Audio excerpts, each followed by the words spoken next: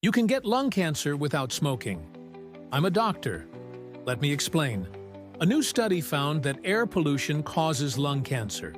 Specifically, it causes genetic mutations that lead to the disease.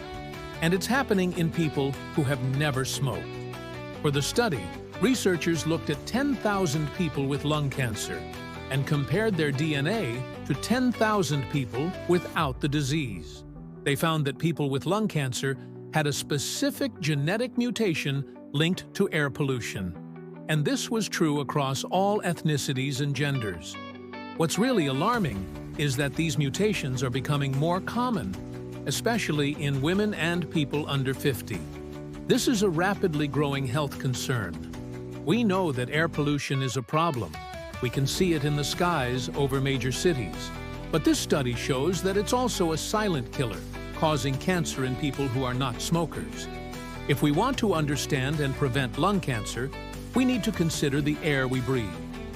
This is an issue for everyone. We all need to breathe, and that makes us all vulnerable. 871 genomes reveal the genetic fingerprint of air pollution. The researchers analyzed tumor DNA from 871 non-smoking lung cancer patients across 4 continents. The results were clear. The higher the air pollution in a given region, the greater the number of cancer-causing mutations among its population. One particular focus was the TP53 gene, which frequently mutates in smokers with lung cancer. Alarmingly, a similar mutation pattern was found among non-smokers living in heavily polluted areas. Beyond mutations, telomere shortening and cancer mechanisms. But the damage wasn't limited to mutations alone. The study also found that constant exposure to fine particulate matter, PM2.5, in polluted air shortens telomeres, the protective caps at the ends of chromosomes. Shortened telomeres are an early warning sign of abnormal cell division, a common characteristic of cancerous growth.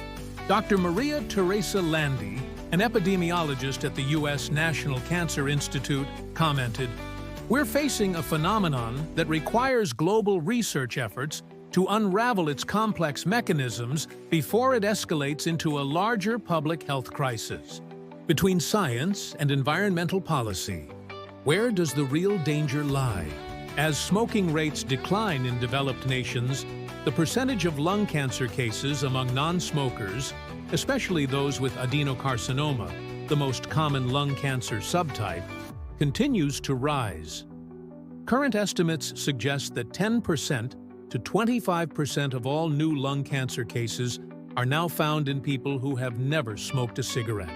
Despite this shift, lung cancer remains the world's deadliest form of cancer, with nearly 2.5 million cases annually. China continues to bear the brunt of the disease, with over 1 million deaths each year, fueled by a combination of smoking, air pollution, and industrial toxins. East Asia at the eye of the storm, and Taiwan faces a new risk. According to earlier studies, East Asia has the highest rates of pollution-related adenocarcinoma. However, the latest research revealed a surprising new risk factor in Taiwan, where unique genetic mutations were found in non-smokers. These mutations were linked to the use of certain herbal medicines containing aristolactic acid. Dr. Landi noted, "We detected mutations in the genomes of Taiwanese patients that were exclusively associated with these compounds. These were absent in smokers, which makes them worth close investigation." Secondhand smoke, weaker than previously thought? Interestingly, the study found only a slight increase in mutations caused by secondhand smoke.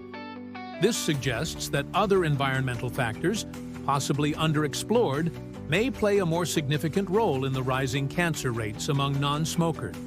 The researchers also highlighted mysterious mutations found in some non-smokers with lung cancer, which were completely absent in smokers.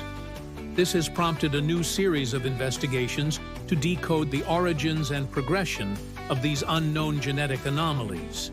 In conclusion, polluted air, damaged genes, and a future in need of protection. This study reveals that the air we breathe may not be as innocent as it seems. As genetic mutations increase and telomeres deteriorate, the battle against lung cancer is no longer just about fighting tobacco. It now includes confronting an invisible threat: air pollution.